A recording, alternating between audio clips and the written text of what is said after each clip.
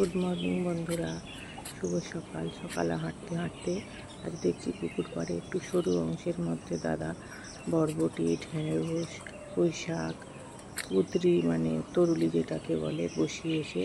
এখানে দেখুন কত সুন্দর হয়েছে। ঢেঁড়স গাছ, বরবটি গাছ, তার সঙ্গে রয়েছে ওই কুঁদরির গাছ। কি সুন্দর গাছগুলো হয়েছে, আর তার মধ্যে সুন্দর ফলও ধরেছে।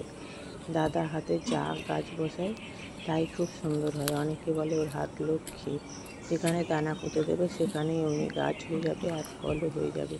বড় বড় ঢেঁড়সও হয়েছে, আর কি সুন্দর বরবটিগুলো হয়েছে সাইজ মতো। খুব সুন্দর লাগছে, গাছ ভর্তি বরবটি। দাদা প্রত্যেক দিনই প্রায় এক মুঠো বসিয়ে মানে তুলে নেয়। গাছ বেশি বসায়নি, তাতেই কি সুন্দর ফল হয়েছে। পুঁই শাকটাও কত মোটা হয়েছে। বন্ধুরা, ভিডিওটা কেমন হয়েছে একটু জানাবেন।